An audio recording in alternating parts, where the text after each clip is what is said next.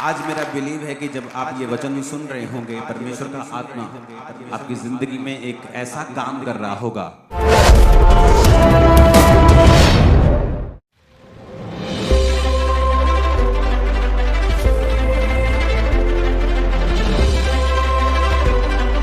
के ऊपर आज अटैक कर रहा है। जो अपने हाथों को उठाओ, अपनी बाइबल को उठाओ और कहो, जो कुछ आज मैं सुनूंगा मैं फलों को लेके आऊंगा। बात करो परमेश्वर से।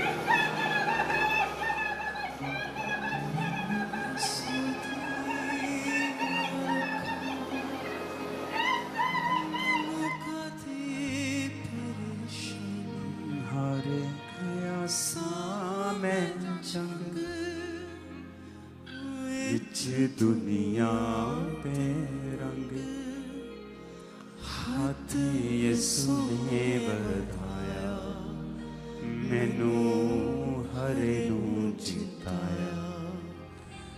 हारे गया सा मैं जंग विच दुनिया दे रंग, हाथ यीशु ने बढ़ाया, मैनू हरे नू जिताया। रूहे पाक मैनू दिती, पाक रोया आसमानी। रूहे पाक मैनू दिती, पाक रोया आसमानी। मेरे नाल सदा रहिंदा, ओदी बड़ी मेरी। एडवांस में खुदाबंद का थैंक्स कर दो ऊंची आवाज, जो वो आपकी जिंदगी में करने जा रहा है। ऊंची आवाज में खुदाबंद का थैंक्स करते हुए, जो आपकी लाइफ में वो करने जा रहा है, एडवांस में उसका थैंक्स करते हुए।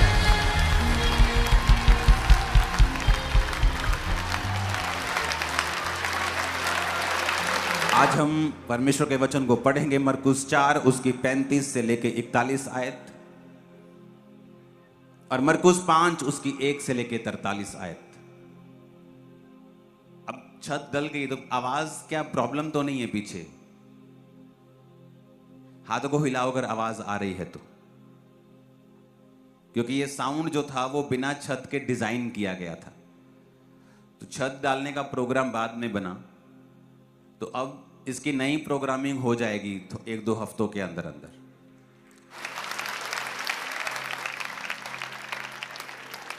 तो अगर सीलिंग करनी पड़ी तो हो जाएगी, डन हो जाएगा, डोंट वरी।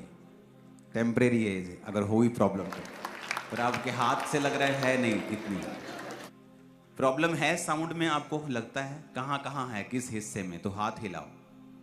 अगर आ रही है आवाज तो हाथ हिलाओ अभी। ठीक है, तारीफ करो खुदा, सही है। आज मेरा बिलीव है कि जब आप ये वचन सुन रहे होंगे, परमेश्वर का आत्मा आपकी जिंदगी में एक ऐसा काम कर रहा होगा, आपके रास्तों को वो खोल रहा होगा, और जो आपको शायद अभी नहीं दिखेगा, आपको शायद अभी वो महसूस नहीं होगा, लेकिन बिहाइंड द सीन जिसे कहते हैं, तो परमेश्वर आपकी लाइफ में काम कर रहा होगा। क्योंकि उसको ये वचन देने का मकसद यही है। क्योंकि मैं आप 20 साल से परमेश्वर में हूँ, तो मुझे एक्सपीरियंस भी हो गया है कि परमेश्वर जब इस तरह का वचन देता है तो वो लोगों की लाइफ में क्या कर रहा होता है और वो क्या एक्सपेक्ट कर रहा होता है। और बिहाइंड द सीन आत्मिक रीति से मैं देख पाता हूं कि परमेश्वर आपकी लाइफ में क्या कर रहा होता है और वो क्या करना चाहता है। तो मेरा ये बिलीव है, जब आप ये वचन सुनेंगे आपको ये समझ आएगा कि परमेश्वर की आत्मा ने आपसे बात की है और आपको इन स्टेप्स को फॉलो करना है, और फिर आप अपनी टेस्टिमनी के करीब होंगे, और फिर आप परमेश्वर ने जो आपके लिए रखा है आप उसे पा पाएंगे। बहुतों को लगता है कि टेस्टिमनी कोई बड़ी बात नहीं होती, लेकिन ऐसा नहीं है। अगर सिर्फ आत्मिक बातें परमेश्वर ने करनी होती तो वो लोगों को चंगा नहीं करता, वो दुष्ट आत्मा को नहीं निकालता। इसलिए परमेश्वर यीशु मसीह ने कहा अपने चेलों को, जाओ और सुसमाचार प्रचार करो। क्या प्रचार करना है? कि मन फिराओ, क्योंकि परमेश्वर का राज्य निकट आ गया है। उसके बाद परमेश्वर ने कहा, जाओ और लंगड़ों को चलाओ और मुर्दों को जिंदा करो, बीमारों को चंगा करो। आप कई बार देखेंगे कि कई अच्छे पास्टर्स भी हैं इंटरनेट के ऊपर जो चमत्कारों का विरोध करते हैं। प्रॉब्लम क्या है कि जब एक व्यक्ति परमेश्वर का वरदान पा लेता है, चमत्कार का, हीलिंग का, और वो बिगड़ जाता है, उसकी लाइफ से हीलिंग और चमत्कार होने बंद नहीं होते हैं। लेकिन उसका जब कैरेक्टर बिगड़ जाता है, वो बुरी बुरी बातें चर्च में करता है, अनॉइंटिंग को बेचना शुरू करता है, तो वो उन चीजों से जज करने लगते हैं कि चमत्कार बुरे होते हैं, जबकि चमत्कार बुरे नहीं होते। अगर चमत्कार बुरे होते, हीलिंग्स बुरी होती, तो प्रभु यीशु मसीह कभी अपने चेलों को हीलिंग करने की पावर नहीं देते। तो प्रभु यीशु मसीह ने स्पेशल कहा, जाओ और लंगड़ों को चलाओ, जाओ और उनके बीमारों को चंगा करो, जाओ और उनके कोढ़ियों को जिलाओ। परमेश्वर ने कहा, और उन्हें बताओ कि परमेश्वर का राज्य निकट आ गया है, क्योंकि जब तक लोग चिन्ह और चमत्कार नहीं देख लेंगे, वो कदापि विश्वास नहीं करेंगे। तो जब परमेश्वर ने कहा कि जब तक तुम चिन्ह चमत्कार नहीं देखोगे, विश्वास नहीं करोगे, तो परमेश्वर ने कहा, ये चिन्ह दिखाने की, ये हीलिंग, ये डिलीवरेंस की पावर मैं तुम्हें देता हूं, जाओ और दुष्ट आत्माओं को निकालो। तो अगर ये जरूरी नहीं होता तो परमेश्वर कभी भी देते नहीं। लेकिन प्रॉब्लम क्या है, जब एक पास्टर बिगड़ जाता है, उसने एक समय में परमेश्वर का मसा लिया, लेकिन बाद में वो डिस्ट्रैक्ट हो गया, बिगड़ गया। लेकिन अब मसा परमेश्वर ने छीना नहीं है, शैतान पर गिरा दिया गया धरती के ऊपर, लेकिन शैतान से मसा नहीं छीना गया। आज भी अनॉइंटिंग शैतान के पास है। इसलिए जब आप कोई शैतानी सॉन्ग लगाते हैं, आपको मसा फील होता है, अनॉइंटिंग फील होती है। जब आप परमेश्वर का सॉन्ग सुनते हैं, तब भी आपको मसा फील होता है, लेकिन वो मसा शैतानी है और ये मसा परमेश्वर का है। कितने मेरी बात को समझ रहे हैं? तो परमेश्वर ने शैतान से मसे को वापस नहीं लिया। उसी तरह से जब एक पास्टर बिगड़ जाता है, तो परमेश्वर अपने वरदानों को उससे वापस नहीं लेता, लेकिन उसे अंत के दिनों के लिए, वो नरक के लिए तैयार करता है, और उसकी सारी मेहनत जो उसने धरती पे की है, उसे एक दिन वो मिट्टी कर देता है। मैंने इसे देखा है, और उसे बहुत से श्रापों का, बहुत सी तकलीफों का सामना करना पड़ता है। वो तकलीफें जो परमेश्वर की ओर से नहीं होती और जो ग्रो करने के लिए नहीं होती, बल्कि उसकी अपनी गलतियों की वजह से उसकी लाइफ में एंटर की होती है। तो जब भी, क्योंकि बहुत से लोग हैं जिनको नॉलेज नहीं है, वो जस्ट एक किसी हीलिंग मिनिस्ट्री को देखते हैं और उस पास्टर के कैरेक्टर को देखते हैं, और उसके बाद इंटरनेट पे प्रचार करना शुरू कर देते हैं, चमत्कारिक, ये पास्टर से बचे। लेकिन ऐसा नहीं है। जीसस ने हमें फुल गॉस्पल देने के लिए कहा है। आज कैसी गॉस्पल प्रचार हो रही है कि गॉस्पल तो सिर तो है, लेकिन हाथ और पांव नहीं है। जिस तरह एक आदमी होता है ना, उसका सिर धड़ है लेकिन हाथ पांव कट गए हैं, तो ऐसी गॉस्पल का प्रचार किया जा रहा है। कई हीलिंग का प्रचार कर रहे हैं, लेकिन उनको सुसमाचार के बारे में, साल्वेशन के बारे में कोई नॉलेज नहीं है। वो लोगों को बोलते हैं, और मेरे पास आके बोलते हैं, पास्टर जी जब हम हमारी चर्च में लोग आते हैं, हील हो जाते हैं और वापिस चले जाते हैं। मैं उनको बोलता हूं कि तुम्हारे पास हीलिंग के अलावा उनको देने के लिए और कुछ नहीं है, इसलिए लोग हीलिंग लेते हैं और वापिस चले जाते हैं। तुम्हारे पास हीलिंग के अलावा वर्ड होना चाहिए जो उनके फेथ को बिल्ड करे, जो उन्हें बताए कि आत्मिक रीति में वो कहां खड़े हैं और परमेश्वर उनको क्या कहना चाहता है। लोग जो बाइबल में लिखा है वो तो घर बैठ के भी पढ़ते हैं, लेकिन उसको आत्मिक रीति के साथ और भेदों के साथ और वचन आत्मा से भी डायरेक्ट लेके और उस पोजीशन को समझ के जो आत्मिक रूप में आपकी है, उस तरह से प्रीच करना जरूरी है, ताकि लोग विश्वास पे खड़े रहें। अगर आपके पास हीलिंग के अलावा और कुछ देने के लिए नहीं है, तो लोग चले जाएंगे। मैंने कहा, खामरा में हीलिंग होती सबको पता है, लंगड़े चलते, अंधे देखते सबको पता है, कैंसर जा रहे सबको पता है, लेकिन वहां प्रीच होता है ये भी सबको पता है, वो विश्वास पे खड़े हैं ये भी सबको पता है। अगर कोई चंगा नहीं हुआ तो भी वो परमेश्वर में अड़ा और खड़ा हुआ है, क्योंकि उसको वचन दिया गया है कि एक ना एक दिन इस रीति के साथ परमेश्वर तेरा काम करेगा। तो आज जो सबसे जरूरी चीज है, अगर आपको एक मेगा चर्च, अगर आपको एक बेदारी, या आपको मेगा चर्च का शौक नहीं, अगर आपको बेदारी फैलाने का शौक है, आपको परमेश्वर का काम करने का शौक है, तो आपको फुल गॉस्पल देना पड़ेगा। आपको हाफ गॉस्पल से नहीं चलेगा।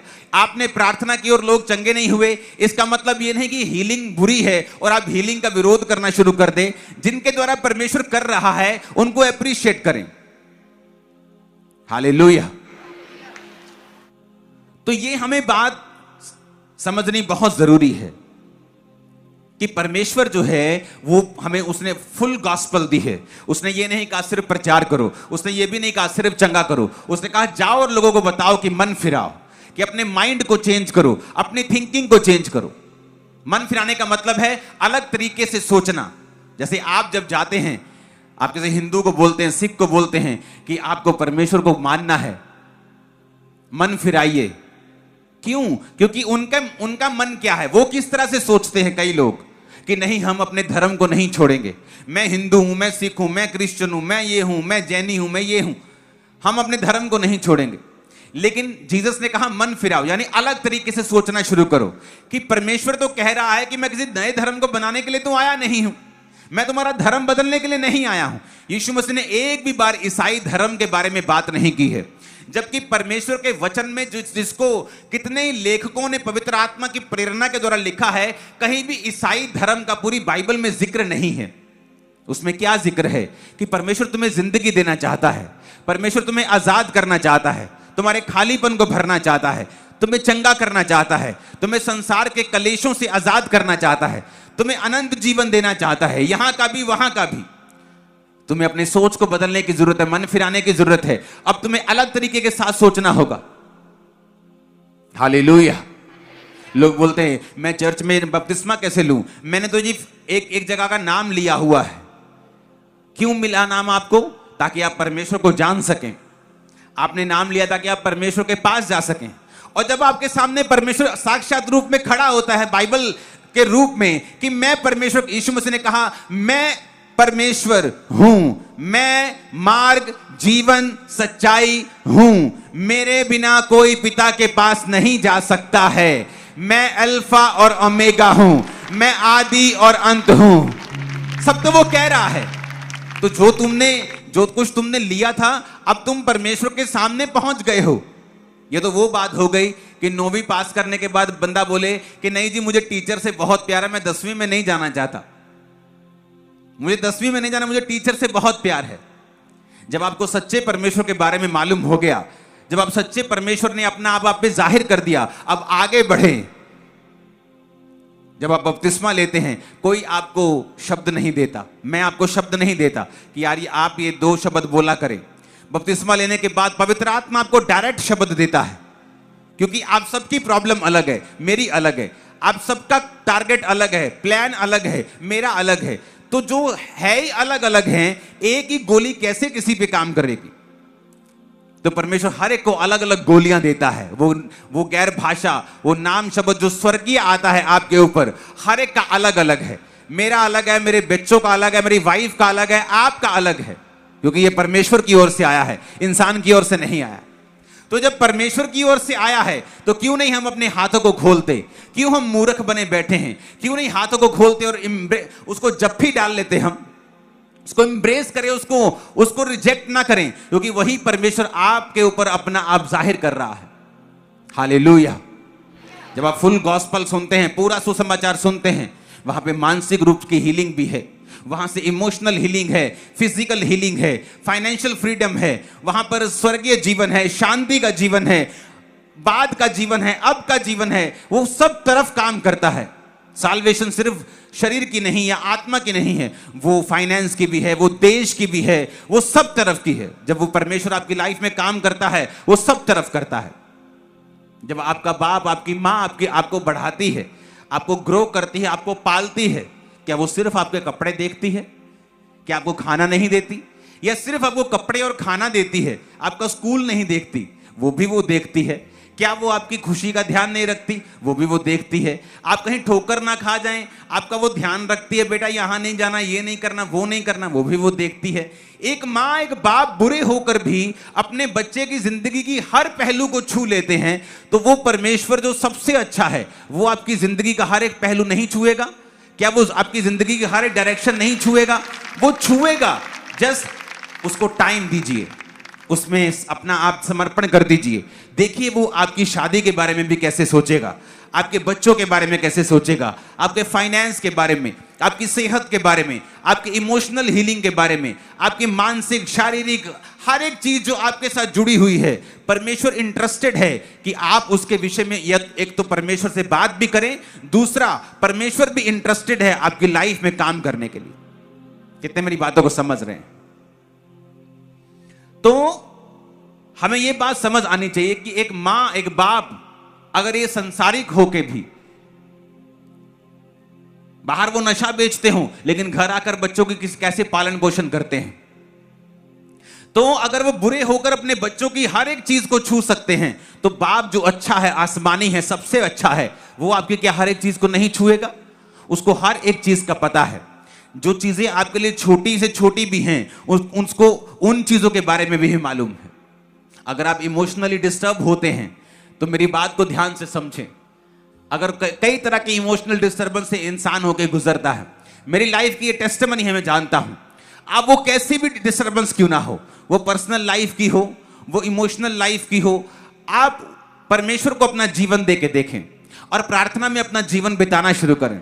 आप देखें किस तरह से परमेश्वर आपको इमोशनली रूप से भी हील करता है, किस तरह से वो आपको हर एक तरीके के साथ आपको चंगा करता है। आपकी फैमिली में वो हीलिंग को कैसे लेके आता है, रिलेशनशिप्स में कैसे हीलिंग को लेके आता है। हालेलुया। ऊंची आवाज में जरा हालेलुया बोलो।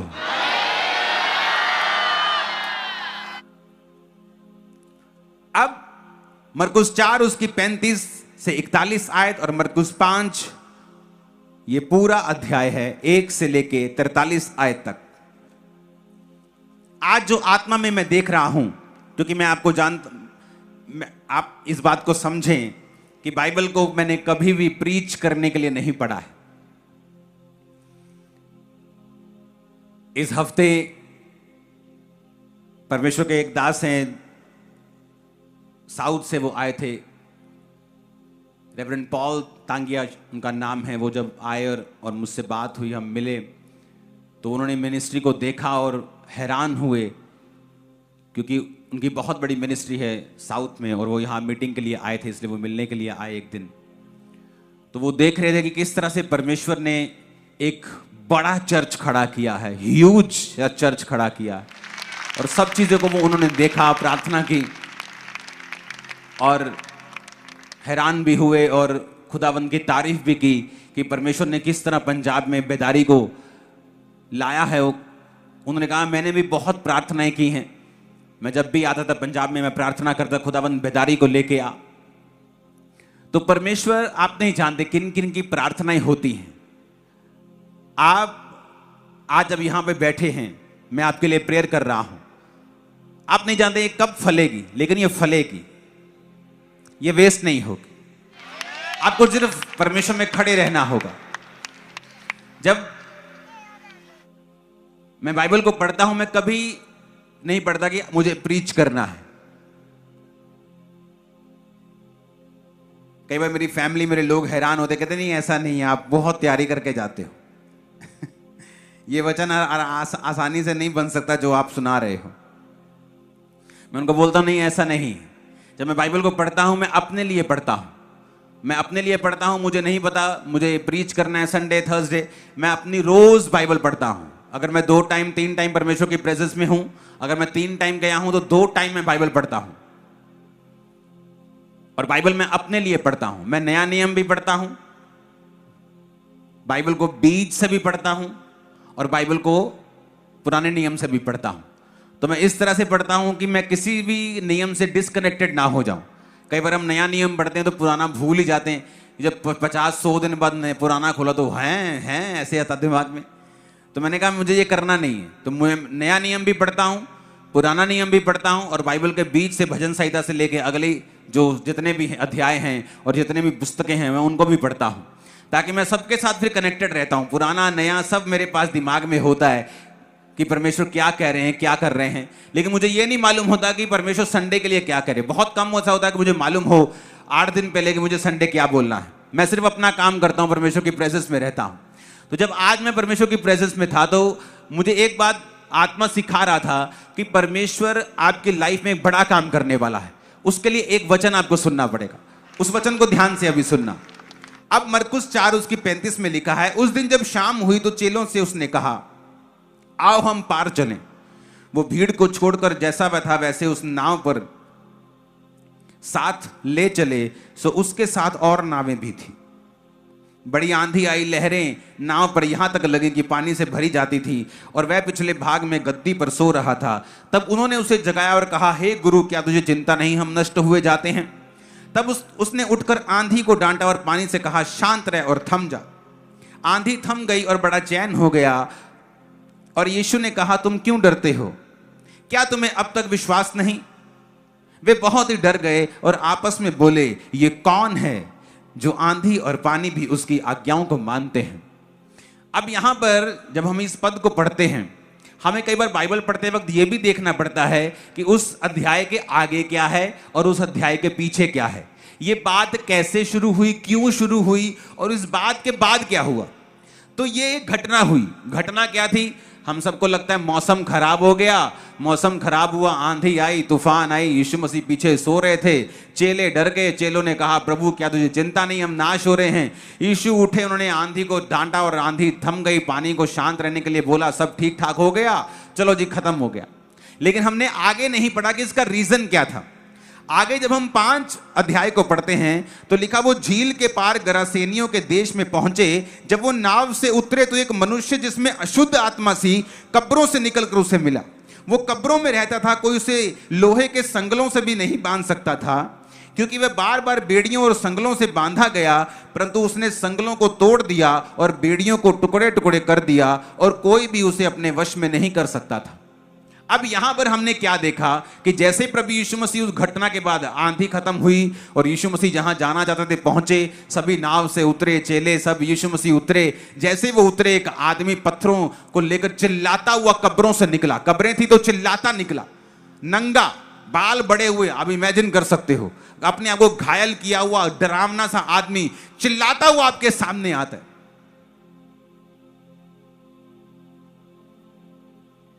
कई बार आपको लगता है कि यीशु मसीह मेरी लाइफ में सो रहे हैं, कुछ नहीं कर रहे। ये पानी आ रहा है, ये आंधी आ रही है, बीमारी आ रही है, क्या यीशु मसीह को दिखाई नहीं दे रहा? क्या यीशु मसीह को पता नहीं है मेरे पति के बारे में, मेरी पत्नी के बारे में? क्या यीशु मसीह को पता नहीं मेरे माँ के बारे में, बाप के बारे में? ये आंधी और तूफान आ रही है और यीशु मसीह लिखा पिछले भाग में गद्दी में सो रहे थे। जब आपकी स्पिरिचुअल आइज ओपन होती हैं तब आपको समझ आता है। यीशु मसीह को मालूम था कि अगले जहां वो जा रहा है वहां एक शैतान का जखीरा वो निकलने वाला है, कि वहां पर दुष्ट आत्मा से एक व्यक्ति है जिसने आजाद होना था। अब जब शैतान आपकी लाइफ में देखता है, आपको ये बात मालूम नहीं होती, चेलों को मालूम नहीं थी, वो यीशु के साथ रह रहे थे, यीशु उनके साथ बैठे थे, तब भी देखो उनकी आंखें ऐसी थी, तब भी उनकी समझ देखो कैसी थी। वो परमेश्वर पे चिल्ला रहे थे, प्रभु तेनू चिंता नहीं साडी, तेनू पता नहीं लगता कि न तूफान आंधी आ गया, तेनू पता नहीं लगता न पानी अंदर भरा जा रहा है और तू गद्दी के ऊपर सो रहा है, क्या तुझे हमारी चिंता नहीं है, हम नष्ट हुए जाते हैं? आज भी विश्वासियों का वही हाल है। जब आपकी लाइफ में एक बड़ी डिलीवरेंस होने वाली होती है, शैतान सब चीजों को नहीं देख सकता, लेकिन कुछ लाइट उसको दिखती है, कुछ उसको मालूम होता है। इसलिए जब आप नोटिस करते हैं, कई बार आपकी लाइफ में आप चल रहे होते हैं और अचानक एक मुसीबत का आप सामना करते हैं, अचानक से शैतान आपके खिलाफ हो जाता है, अचानक से कुछ घटनाएं, कुछ परिस्थितियां ऐसी बन जाती है, कुछ विरोध ऐसा हो जाता है, या कुछ ऐसी चीजें आपकी लाइफ में होने लगती हैं कि आपको समझ नहीं आती। यीशु मसीह आपके पास भी बैठे हैं, आपको उसकी प्रेजेंस भी पता है कि वो आपके संग है, लेकिन फिर भी ऐसा लगता है कि परमेश्वर मेरी चिंता क्यों नहीं कर रहा, हम नाश हुए जाते हैं। जबकि परमेश्वर को मालूम होता है कि जहां हम जा रहे हैं वहां एक बड़ा छुटकारा होने वाला है। ये जो हो रहा है ना झोल माल, ये उस छुटकारे से पहले की शैतान की फ्रस्ट्रेशन है।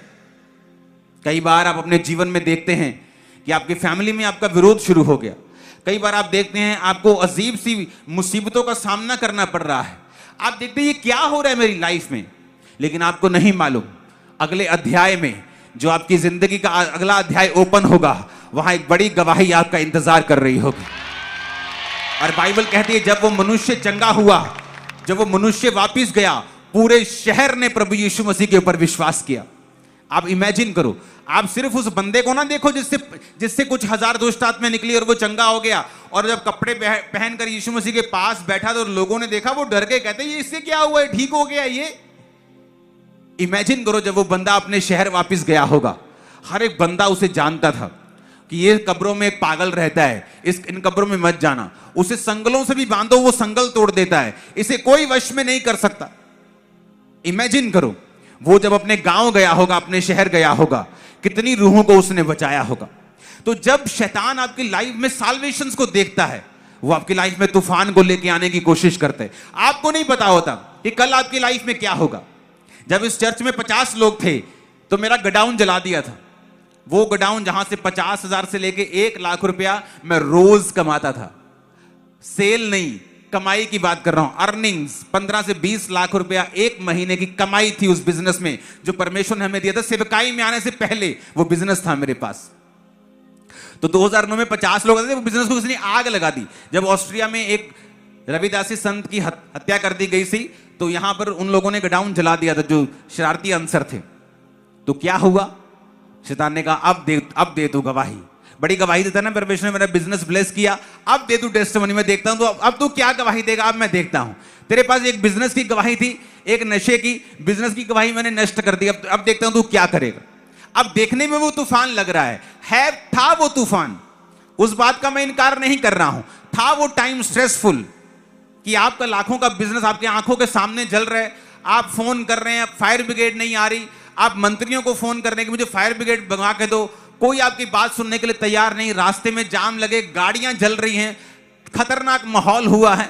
लेकिन एक अजीब सी शांति आपके अंदर होती है जब परमेश्वर आपके संग होते हैं। क्या हुआ, उस साल लोग आए और बोले बहुत माड़ा होया पास्टर जी, बहुत माड़ा होया था काम। चलो कोई नहीं, मैंने कहा बाइबल क्या कहती है, सब बातें मिलकर भलाई को पैदा करती हैं जो मसीह यीशु से प्रेम करते हैं, जो उसकी इच्छा के अनुसार बुलाए गए।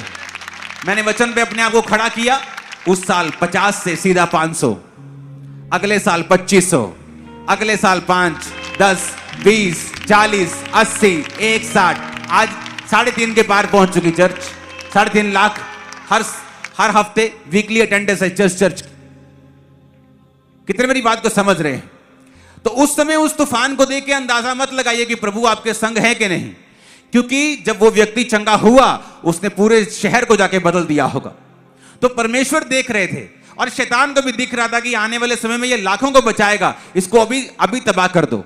तो बहुत से लोग होते जिनकी स्पिरिचुअल आईज ओपन नहीं होती, वो देखते हैं अच्छा मसीह में आए, इतना बड़ा तूफान आ गया, चलो यार छोड़ो, कुछ नहीं है, मैं तो और मुसीबत से फंस गया, मुझे तो और प्रॉब्लम हो गई है, मैं तो और बीमार हो गया हूं जी। क्योंकि तुम आत्मिक रूप से अंधे हो। अगर तुम आत्मिक रूप से अंधे हो, इसलिए तुम्हें कहा जाता है कि चर्च की संगति करो। संगति करने से तुम्हारी स्पिरिचुअल आईज ओपन रहेंगी, चाहे धीरे धीरे ओपन हो। वो चीनी लोगों की तरह छोटी छोटी आंखें होती है ना, चाहे धीरे धीरे ओपन हो जाएंगी फिर, लेकिन हो जाएंगी। चाइना में खुदाबंद बड़े काम कर रहा है, तारीफ करो खुदाबंद के नाम। हालेलुया। तो वो ओपन हो जाएंगे अगर तुम संगति करोगे। तो अगर तुम लगातार संगति करते रहोगे, लगातार परमेश्वर की प्रेजेंस में रहोगे, खुदाबंद की संगति करते रहोगे, तुम्हारी स्पिरिचुअल आईज ओपन हो जाएंगे। तुम्हें वो मुसीबत भी सामने नजर आएगी, लेकिन तुम्हें पवित्र आत्मा दिलासा भी देगा कि आने वाले समय में कुछ बड़ा है जो तुम्हारा इंतजार कर रहा है। अगर तुम इस समय अपनी पोजीशन छोड़ दोगे, इमेजिन करो अगर वो नाव चेले वापस मोड़ लेते, कहते छोड़ो यार बहुत तूफान है, चलो जान है तो जहान है, तो वहां ना तो वो चंगा होता, ना तो वो देश फिर बचता जहां वो जिस देश का वो वासी था। वो गए और वहां पे छुटकारा हुआ, उस छुटकारे के कारण। और प्रभु यीशु मसीह ने उसको अपने संग नहीं रहने दिया। यीशु मसीह जो बाप है ना हमारा, वो बेस्ट बिजनेसमैन है। उसने यीशु को बोया और हमको काटा है उसने। तो यीशु मसीह को मालूम था, क्यों नहीं रहने दिया उसके साथ यीशु मसीह को यीशु मसीह ने उसको अपने साथ क्यों नहीं रहने दिया? यीशु मसीह ने कहा जा अपने नगर में, क्योंकि जब तू नगर में जाएगा ना लोगों की आंखें फट जाएंगी, खुल जाएंगे, ये तू कैसे ठीक हो गया? तू ज्यादा काम करेगा, तू कम काम नहीं करेगा, लेकिन तुम मेरे कहने पे चल, क्योंकि मैं तेरे में से ज्यादा फ्रूट निकाल सकता हूं। तू मेरे साथ मत रहे, तू अपने नगर में जा और लोगों को बता। और जब वो नगर में गया होगा आपको मालूम होगा क्या हुआ होगा। तो आपको ये स्पिरिचुअल चीजें समझनी पड़ेंगी कि जब आपकी लाइफ में कोई बड़ी मुसीबत एंटर कर रही है तो उसको मुसीबत की तरह मत देखें। अगर आप क्राइस्ट में हैं, अपना जीवन प्रभु को दे दिया और आप रोज प्रार्थना करते हैं और कोई बड़ा पाप आपकी लाइफ में नहीं है, छोटा भी नहीं, तो आप इमेजिन करके देख लें फिर कि कुछ बड़ा आपकी लाइफ में होने वाला है। और बाइबल में ऐसा होता आया है। और ऐसा ही होता आया है, इसके अलावा और कुछ नहीं होता आया है। आमीन खड़कने वाला चाहिए जरा। अब ये बात समझने की जरूरत है, क्योंकि आज का जो टॉपिक है वो है one more step. One more step, बोलो एक और कदम। फिर से बोलो ऊंची आवाज। नहीं, ऐसा करो, आंखें बंद करके बोलो 4 बार, आंखें खोल के 3 बार। आंखें खोल के बोलो, फिर आंखें बंद करके बोलो एक और कदम।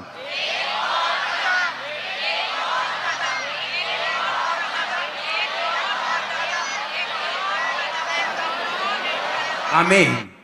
ये परमेश्वर आपको कह रहा है। क्यों कह रहा है मैं आपको बताता हूं। फिर से देखेंगे उसे, एक और कदम। बस ये फोटो याद रखना कि जब भी ये परमेश्वर ने दिया है आप लोगों के लिए, एक और कदम तुम्हें बढ़ाना है। मैं बताता हूं परमेश्वर कैसे काम करता है। जब ये चीजें हो रही थी, 20 आयत में लिखा है, वो जाकर दिकापुलिस में इस बात का प्रचार करने लगा कि यीशु ने मेरे लिए कैसे बड़े काम किए, और सब लोग अचंभा करते थे। पूरे देश में प्रचार करने लगा कि मैं वही हूं जो कुछ संकलों से बांधा हुआ था, देखो मैं चंगा हो गया हूं। किसने किया? प्रभु यीशु ने, पूरे देश में। अब यह काम खत्म हो गया। लिखा फिर यीशु फिर नाव से पार गए और एक बड़ी भीड़ इकट्ठी हो गई। अब वो असाइनमेंट खत्म हो गई, अब नेक्स्ट असाइनमेंट शुरू। येयर नामक आराधनालयों के सरदारों में से एक आया और उसे देखकर पांव पर गिरा और यह कहकर विनती की, मेरी छोटी बेटी मरने पे है, तो आकर अपना हाथ उस पर रख तो वो चंगी होकर जीवित रहे। यीशु मसीह उसके साथ चले और बड़ी भीड़ प्रभु यीशु मसीह के संग हो गई, यहां तक कि लोग प्रभु यीशु मसीह पर गिरे पड़ते थे। क्यों गिरते थे? चंगे होने के लिए। एक स्त्री थी जिसको 12 वर्ष से लहू बहने का रोग था। उसने बड़े वैद्यों से दुख उठाया, अपना माल व्यय करने पर लाभ ना हुआ और भी रोगी हो गई। यहां पर 2 केस हैं। एक तो ये लड़की लेडी 12 साल की लहू बहने वाली, और दूसरा केस है आराधनालय के सरदार की बेटी। 35 आयत में लिखा, वो कह ही रहा था कि आराधनालय के सरदार के लोगों ने आकर कहा, तेरी बेटी तो मर गई, अब गुरु को दुख क्यों देता है। जो बातें वो कह रहे थे, यीशु ने अनसुनी करके आराधनालय के सरदार से कहा, मत डर, केवल विश्वास रख। आप बाइबल के रूल को समझें और एक स्पिरिचुअल लॉ को समझें। परमेश्वर लॉ, कानून के साथ, जिसने कानून को बनाया है, वो ये एक्सपेक्ट करता है कि उसके जो लोग हैं वो कानून को समझें। अगर आप कानून को नहीं समझेंगे, अगर आप स्पिरिचुअल कानून नहीं समझेंगे तो प्रॉब्लम होगी। क्या कानून है? One more step. फिर से बोलो, एक और कदम। आप जब भी बाइबल में देखेंगे, लोगों को लगता है हीलिंग इजी है, लेकिन हीलिंग इतनी आसान नहीं है। उनको लगता है, कुछ लोगों को लगता है इजी है, प्रार्थना होगी अभी ठीक हो जाए, लेकिन वो इतना आसान नहीं है। कई बार, अब यहां पर हम एक लड़की को देखते हैं, वो बीमार है, उसका बाप आके कह रहा है यीशु मसीह चले, यीशु मसीह चले, तो वो यीशु मसीह के साथ चलता है। अब नेक्स्ट क्या होता है कि कोई आके कहता है कि तेरी बेटी मर गई,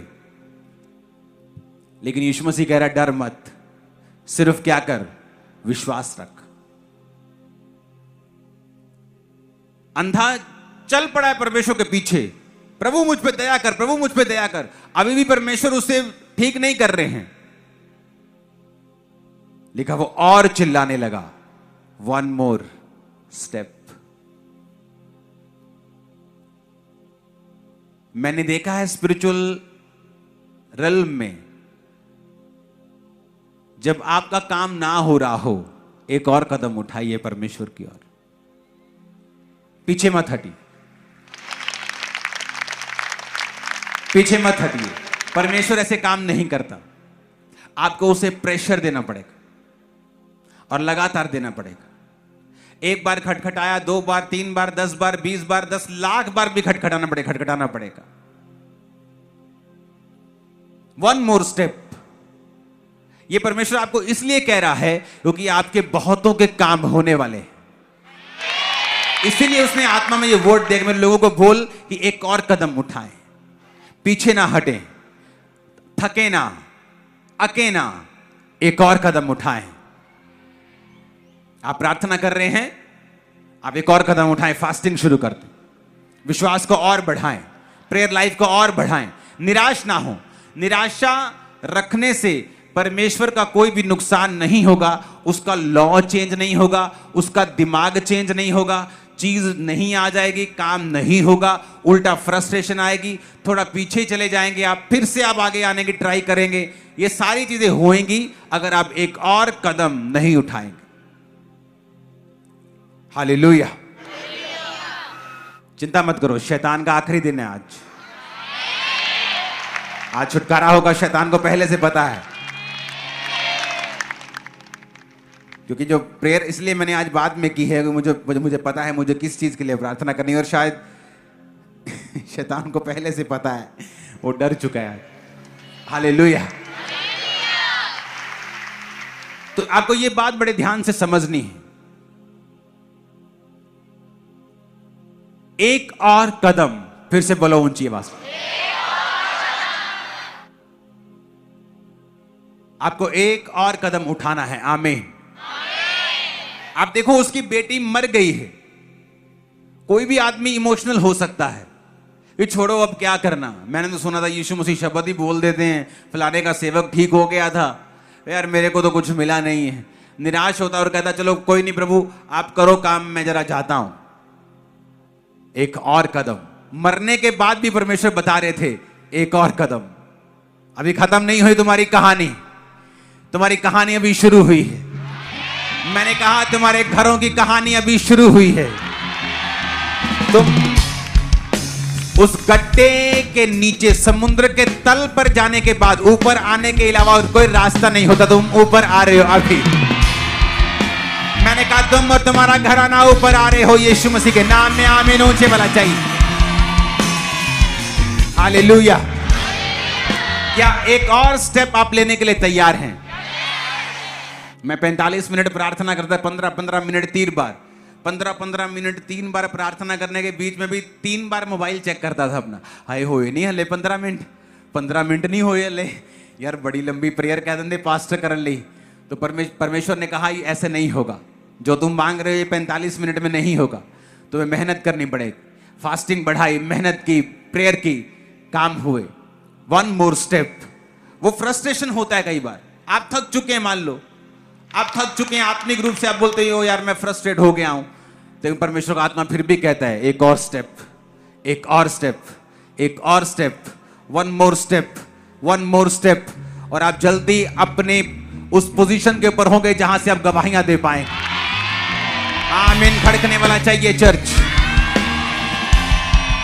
हालेलुया, हालेलुया। एक और स्टेप आपको लेना है। बाइबल इसी तरह से, परमेश्वर इसी तरह से काम करते हैं।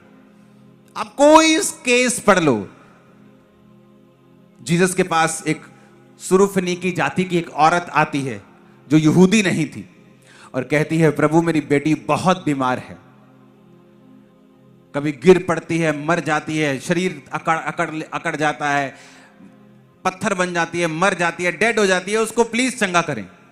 क्या कहा जीसस ने? लड़कों की रोटी कुत्तों को डालना उचित नहीं। अब ये बात काफी थी ईगो पर अगर ले ली जाए, ईगो के ऊपर, हाय मेरी जाति करके प्रभु ने मैनू कहता, चलो कोई नहीं, चलो वापिस। जे हुन यीशु मसीह ने नहीं देना तो फिर होर किन्ने देना, चलो वापिस। लेकिन मैंने देखा है परमेश्वर के राज्य में वही व्यक्ति लेता है जो ये याद रखता है 1 मोर स्टेप, एक और स्टेप। अब निराशा घेर लिया, उधर से शैतान ने घेर लिया, इधर से परमेश्वर ने मना कर दिया। क्या कहा उसने? प्रभु कुत्ते भी वही चूर चार खाते हैं जो तेरे बच्चों की मेज से गिरता है, हमें अपने परिवार का कुत्ता समझ ले लेकिन हमें चंगा करते। परमेश्वर ने कहा इस बात के कारण चली जा, दुष्ट आत्मा तेरी बेटी को छोड़ के जा चुकी है। 1 मोर स्टेप। आराम से काम नहीं हुआ। लोग बोलते हैं यार मैं गया ही चर्च, यार ठीक है यार, मैनू नहीं फर्क पिया हले, मैं गया ही चर्च। अब वो क्या लगता है, आप चर्च लगे सब काम खत्म हो गया? अब वो लगता है आपने परमेश्वर पे एहसान कर दिया कि आप चर्च में आ गए, प्रभु आपको छूना पड़ेगा क्योंकि आप अन्य जातियों से वो क्रिश्चियन बनाना है। नो नो, उसके मन में ऐसा कुछ नहीं है आपके लिए। हालेलुया। उसको आपके धर्म, जात में, पैसों में कोई इंटरेस्ट नहीं। ये सब चीजें बाद में आती हैं। मेरा बोना बाद में है, पहले मेरा जीवन है परमेश्वर में। कितने मेरी बात को समझ रहे हैं? तो आना तो पहला स्टेप है। जीसस के वो सामने गई, पहला स्टेप था। उससे प्रार्थना की, प्रभु मेरी बेटी को चंगा कर, दूसरा स्टेप था। अब रिजेक्शन मिली लेकिन उसने छोड़ा नहीं। जब आपको मालूम है आपके सामने कितनी टेस्टिमनीज आ रही हैं, मार्वलस टेस्टिमनीज आपकी आंखों के सामने आती हैं, आपकी आंखों के सामने रोगी आते हैं, आपकी आंखों के सामने चंगे हो जाते हैं, तो इसका मतलब परमेश्वर काम कर रहा है। लेकिन आपका काम नहीं कर रहा, क्योंकि वो आपको एक और कदम उठाने के लिए बोल रहा है। वो आपको चाहता है कि आप विश्वास का एक और कदम उठाएं और उसके और करीब जाएं। कितने मेरी बात को समझ रहे हैं? लोगों को लगता है कि बाइबल में बड़ा आसानी के साथ यीशु के पास आओ, उसने छुआ चंगा। ऐसा नहीं है, बाइबल में ऐसा नहीं लिखा है। अगर यीशु मसीह ने सारे इजराइल को चंगा कर दिया था, तो वो कौन थे जिसको चेले चंगा कर रहे थे? वो कौन थे जिसको प्रेरित चंगा कर रहे थे? इसका मतलब कोई बीमार था तो वो चंगा कर रहे थे। बाइबल कहती है प्रभु यीशु मसीह के पास अंधा आया और परमेश्वर ने कहा ये ले मिट्टी लगा दी, जा धोले शीलो के कुंड में। आसान नहीं था। अंधा अब जाके पूछे कहां शीलो का कुंड है भाई, मुझे प्रभु क्या तू गधे गेड़े में पाया, मुझे करते चंगा, तू तेरे लिए तो कुछ भी पॉसिबल है। लेकिन परमेश्वर ने कहा जा और शीलो के कुंड में धो ले। कितने मेरी बात को समझ रहे हैं? कई बार परमेश्वर आपके पेशेंस को परखते हैं, आपके धीरज को परखते हैं, आपके विश्वास को परखते हैं। एक और कदम आपको, कई बार आपको उस रेगुलर चीज से ऊपर जाना पड़ता है। आपको कई बार मन्नत का बीज सोचना पड़ता है, आपको मेहनत कई बार बढ़ानी पड़ती है। नहीं मैं फास्टिंग करूंगा, मैं 7 रोजे रखूंगा। हालेलुया, ऊंची आवाज में हालेलुया। हम परमेश्वर से प्रार्थना कर रहे थे और मैंने कहा परमेश्वर मुझे ये इस चीज के लिए मैंने रोजे रखने। तो मैं रोजे रखता था और मेरे 7 दिन रात के रोजे थे दिसंबर के ठंडे महीने में। तो सिर्फ शाम को जो टमाटर का पानी होता है, सूप, बिल्कुल उसको उबाल के, उसको मैश करके, सिर्फ पानी, पूरा टमाटर नहीं खाना, सिर्फ सूप 1 कोली, वो हम शाम को पीते थे। रोज शाम को 1 कोली, बस 7 दिन रात के वो रोजे थे। तो 7 दिन रात के रोजे जब रखे हुए थे तो हम आग सेक रहे थे अपने पुरानी जो चर्च जहां घर है वहां पे। तो आग सेक रहे थे, वहां ग्राउंड पे चर्च लगती थी और इधर ऊपर मेरा घर था और नीचे गोडाउन था। तो एक बंदा आता है मेरे सामने से निकलता है और उसने जुराबें नहीं डाली हुई थी। तो मैंने लोगों से कहा, अपने दो बास टीम मेंबर से, कि इसको पूछो जुराबें नहीं है क्या, मैं ले दूं? तो उसके पास जाके बोला कि जुराबें नहीं। कहता नहीं मैं बहुत अमीर हूँ, मेरे को जुराबों की ज़रूरत नहीं है, मुझे कुष्ठ रोग है, मुझे कोढ़ का रोग है, ये मेरा पूरा शरीर गला हुआ है। तो छोटा कैमरा होता था, वो कैमरा पता नहीं कहाँ गुम गया, मैं आपको दिखाता। वो वीडियो हमने ली, उसका पूरा शरीर ब्लड निकल रहा था, पूरे शरीर से। ये नहीं कि सिर्फ पीठ खराब थी या हाथ पैर खराब, पूरे शरीर से। वो 7 डे नाइट के रोज मैंने प्रार्थना की थी और वो पूरा 15 दिन में हील होकर वापिस आया था। वो मिनिस्ट्री का फर्स्ट। आपने उसके बाद बड़े केस देखे होंगे, किस तरह से कोड़ी सोराइसिस के रोगी आए और वो हील हो गए। आपने बड़ी, एक नहीं हजारों टेस्टिमनी सुनी होगी, लेकिन वो पहला केस था। और जब मैंने 7 दिन रात के रोजे रखे हुए, मैं उस टीम से निकला था जहां 13-13, 14-14, 15-15 हम दिन रात के रोजे रखते थे। कोई मेंबर सिर्फ एक दिन में गोलगप्पे का पानी पीता था, एक दिन में 1 बार। कोई मेंबर चाय पीता था 1 बार, कोई सूप पीता था 1 बार। हर एक की चॉइस अलग अलग थी, लेकिन पूरी टीम जो थी वो 13-13, 15-15 7 रोजे रखते थे, डे नाइट के, दिन रात। आज है कलीसिया में इतनी मेहनत। बताओ आप अपने केसेस के लिए इतनी मेहनत करते हैं क्या?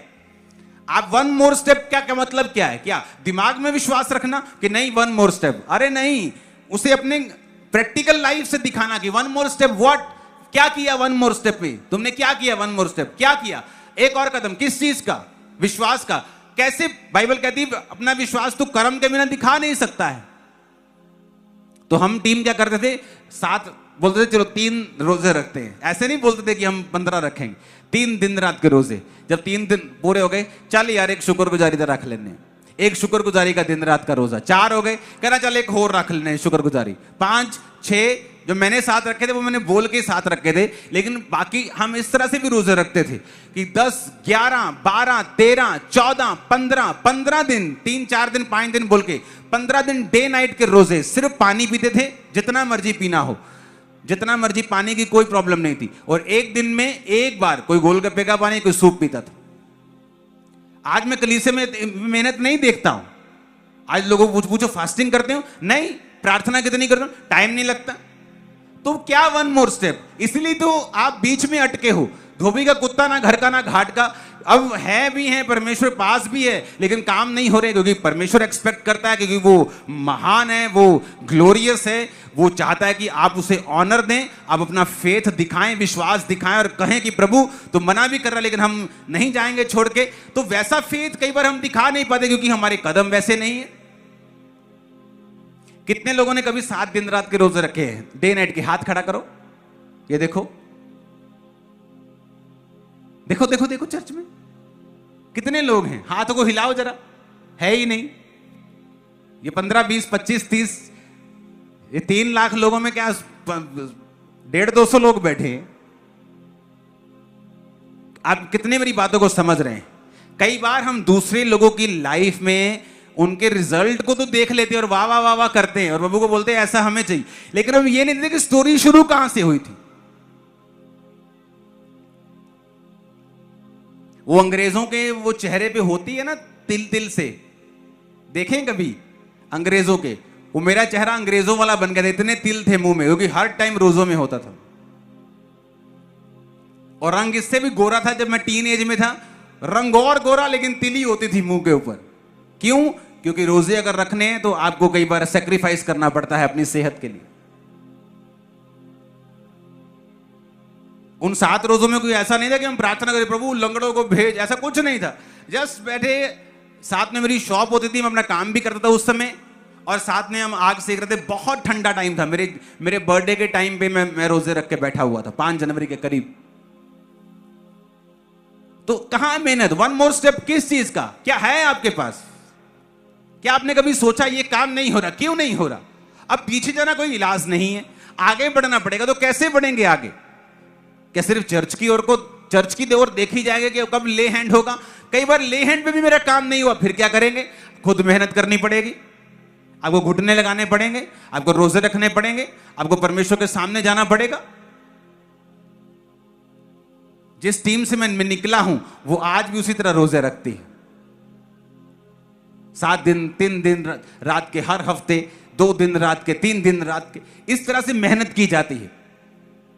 अगर आपको नहीं समझ आएगा तो नहीं आएगा। वन मोर स्टेप किस चीज का? ये परमेश्वर का वचन था आप लोगों के लिए। एक और स्टेप उठाओ, वो तैयार है तुम्हारी लाइफ में मिरेकल करने के लिए, बड़ी हीलिंग करने के लिए, बड़ा डिलीवरेंस करने के लिए। करीब जाओ उसके। Hallelujah hallelujah. जिन लोगों को रोजे रखने की आदत है, मैं आपको बताता हूं, जब 3-4 दिन हो जाते हैं ना खाना खाए, तो वट्टे भी टेस्टी लगने लगते हैं। जो दाल कभी टेस्टी नहीं लगती, दिमाग में उसके भी सपने आने लगते हैं कि वाह। जो कभी चीजें टेस्टी लगती है उनको देख कर मुंह में पानी आता है, यार टिंडे तो कमाल है। हालेलुया।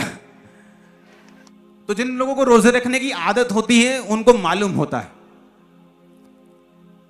लेकिन प्रॉब्लम यह है चर्च मेहनत करके राजी नहीं, वो चाहती ले हैंड हो जाए। मैंने ले हैंड करवाया, लेकिन परमेश्वर कई बार ले हैंड से भी अधिक चाहता है कि आप मेहनत करें। वन मोर स्टेप, वो क्या है? वो ये वाला स्टेप।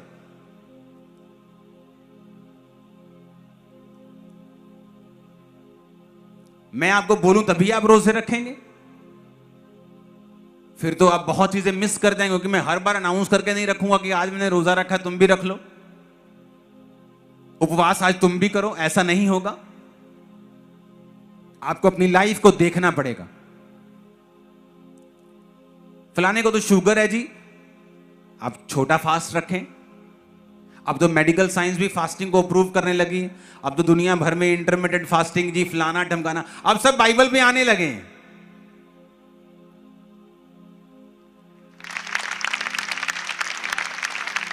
अब देख लो इंटरनेट भरा हुआ फास्टिंग के फायदों से। कितने इन बातों को समझ रहे हैं? एक और स्टेप आपको उठाना है।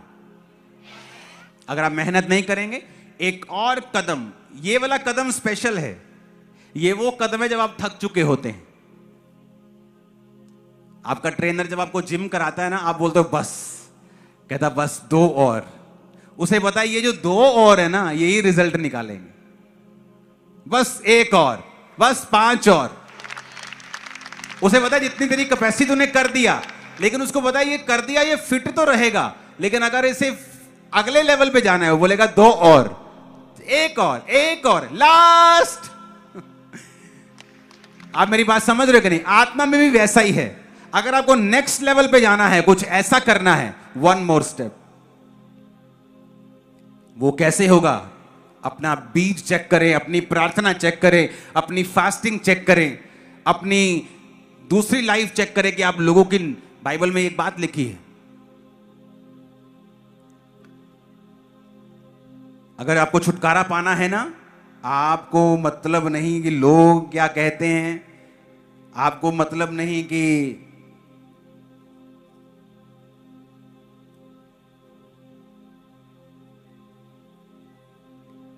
भजन संहिता 15 उसकी 3 में लिखा,